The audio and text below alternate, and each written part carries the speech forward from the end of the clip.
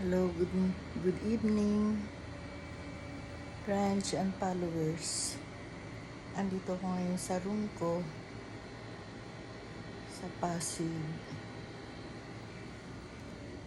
Ito ko kayo dyan. Musta na kayong lahat? Sana nasa mabuti po kayong mga kalagayan. Tulad ko, eto ngayon nag-iisa. Ligpit tayo ng mga pillowcase.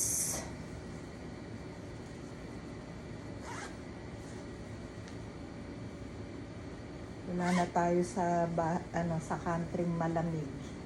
Andito na tayo ngayon sa country mainit. Ang init-init. Ang init-init sa Pinas. Pero okay lang. Kakayanin. Naka-aircon naman eh. Bahala na sa bills. Tataas ng bills ng Meralco.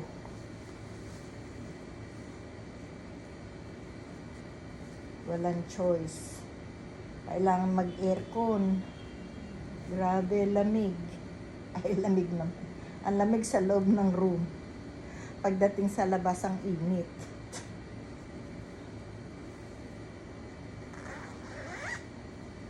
Pero at least dito sa Pilipinas, papawisan ka. Hindi nung nandun ako sa Canada, hindi ako pinapawisan.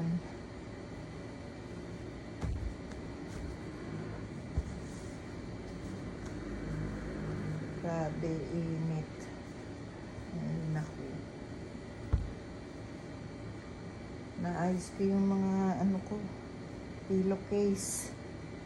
Kasi bibilhan ko ito ng ng pillow para sa sala.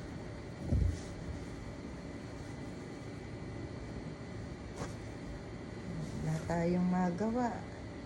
Papaantok. Grabe, init. Nakaligo na ako. Ilang beses na akong naligo. Init pa din.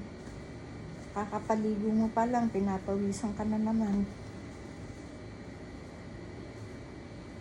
Grabe naman ang init.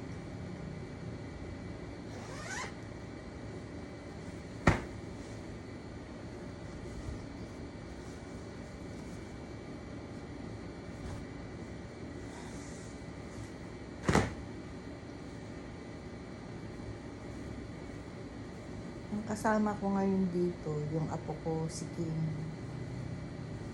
Wala si Vilma. Kasi may ano ba tawag nito? May date ata. Kaya wala akong kasama. Si Kim lang.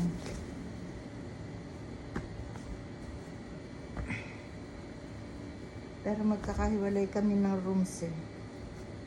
Ako lang mag-isa rito ngayon sa room ko.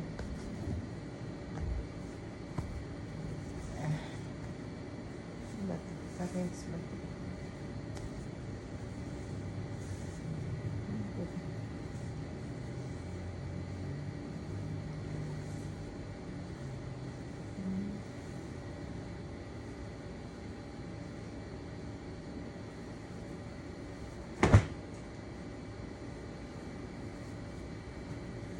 Wala akong kausap eh, kaya nag-vlog ako. Kaya habang magpapaantok.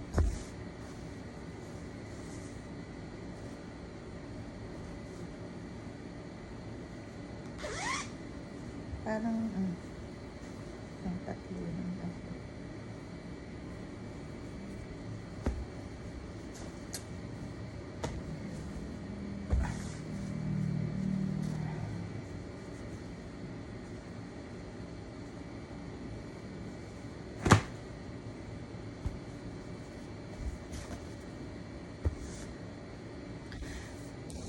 Ay, good evening sa inyong lahat.